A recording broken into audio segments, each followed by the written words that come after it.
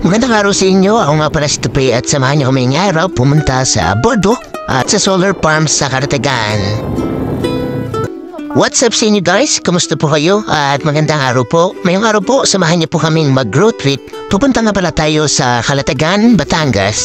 Kasama ko nga pala ang aking kapatid at aking mga pinsan. Ngayong araw, ako nga po pala magiging tour guide nila kasi unang first time pa lang po ito nila makapunta doon. Narating ko na po yung dati kaya ngayon po yung pangalawang second time ko. Siyempre po, kailangan po muna natin magpagas at napakahirap pong magtulak kapag po naigahan tayo ng gas. Special nga po pala yung pinagas ko kasi special ka. So ayan nga po pala, nasa boundary na po kami ng Calatagan at papasok na po kami sa bayan ng Calatagan. Tamang road trip muna tayo sa daan.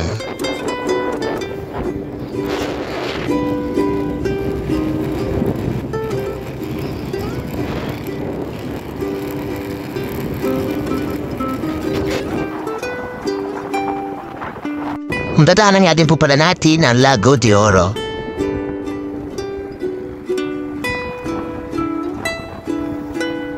Ito nga po pala yung pinapaboritong parte ng dahan sa Calatagan at napakarami pong puno.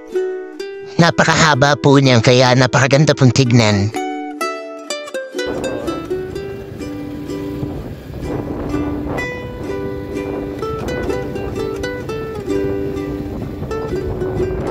Tatanong po natin na maganda pong ngiti niya ay ang mabundo.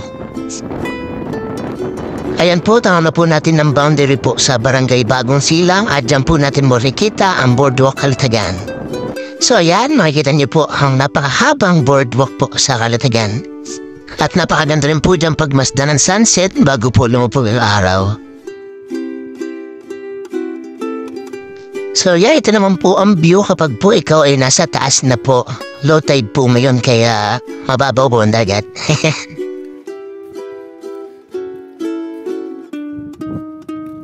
Ayan, ganyan po kagandang view kapag po siya ang nakikita ka. Ganyan po kagandang view kapag nasa Boardwalk ka.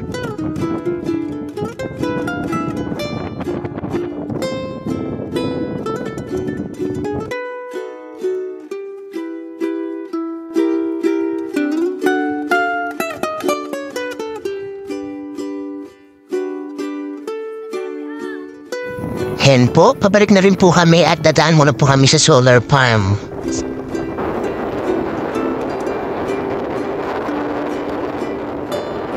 Napaka-presko po ng hangin para po akong naka-times 5 sa paghinga. So yan, nandito na po tayo sa solar farm. Kung saan syempre makikita po natin ang mga solar.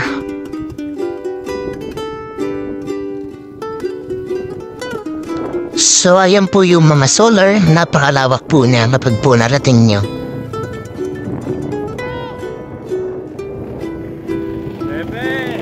Hanggang dito na lang guys, maraming salamat!